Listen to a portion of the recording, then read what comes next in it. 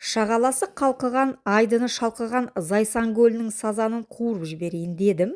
Ең оңай, қарапайым және дәмді тәсілмен бөлісемін. Сазанды жуып, қанаттарын қиып, бөліктерге бөлеміз. Басы мен құйрығын мен әдетте қуырмаймын.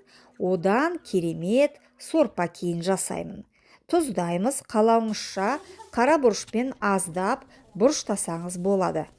Ұнға ұнатамыз. Сұйық май құйып, бір қатты қыздырып алғаннан кейін орташа отта қуырамыз.